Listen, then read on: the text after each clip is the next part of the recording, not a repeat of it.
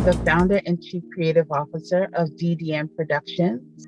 My name is Paul Howard. I am the Chief Operating Officer of Genesis Landscape Solutions. My name is Melita Jones, and I am a co-owner of Fulton Properties, LLC, along with my husband, David Jones.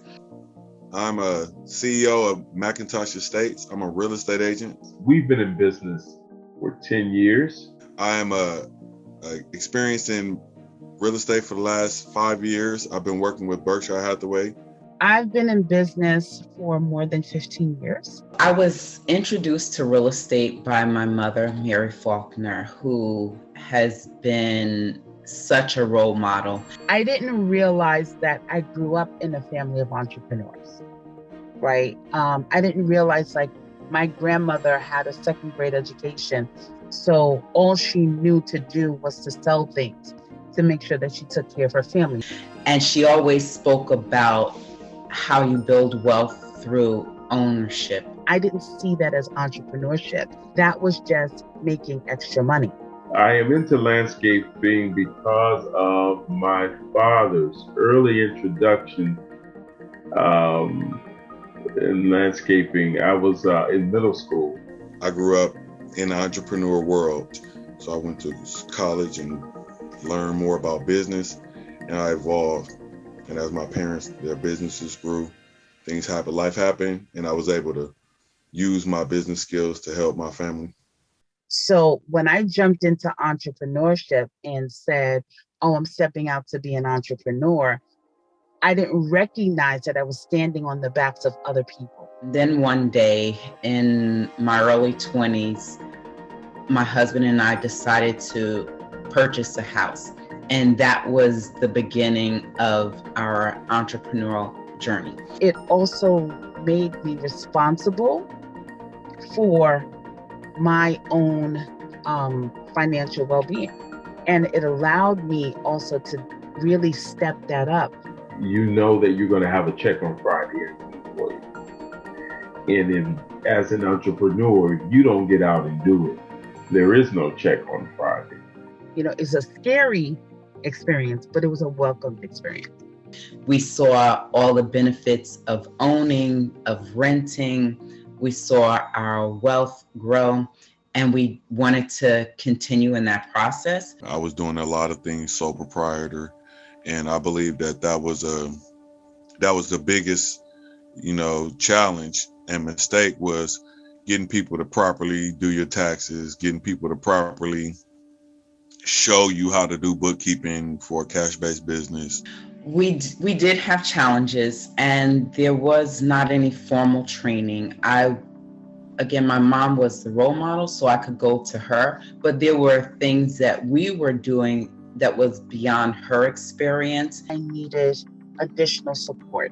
I went the formal training route at Santa Monica College for business and stuff, and I learned that they don't teach you how to run a business. So I realized that, hey, in order for me to make this profitable, successful, that I need mentorships. Yeah, I was referred to the CMET program by a colleague of mine who had previously graduated in the second class of the CMET. And they told me I had to come and I had to be a part of this program. So they told me about all the mentors and the training. The training over the last 5 days brought what has taken me, 15, 20 years to gather information in these various industries and putting it into a one-stop shop. Technology, culture, and just getting your business performing like a high-performance machine so you can drive margins up. It defined what I needed to do and gave me a real succinct path. Initially, I didn't know the hours, the sacrifice of hours. I did not. I logged in and they said, yeah, we're going till 5 o'clock. I was like, 5 o'clock? I think the description of the water hose, the information coming at you is like a water hose. It's one thing to hear it, it's another thing to experience it. I was shocked. I knew the schedule, but I didn't really think about the schedule. That was challenging, but necessary. Each day there was a different theme, and the presenters all presented inside of that theme. We had different experts come in, and they got to know our different businesses, what we wanted to accomplish, and the information they provided was geared towards each of us. When the web designer Lionel came on, and he talked about making sure that our online presence is right, making sure that we have all of the tools synced up, and making sure that we're using the different marketing tools for CRMs and stuff. When he came on and showed that was showing me that CMET was current. Accounting, attorneys, you name it, the full gamut. The presentation on tax, understanding taxes, power of credit. The sales piece, the prospecting piece.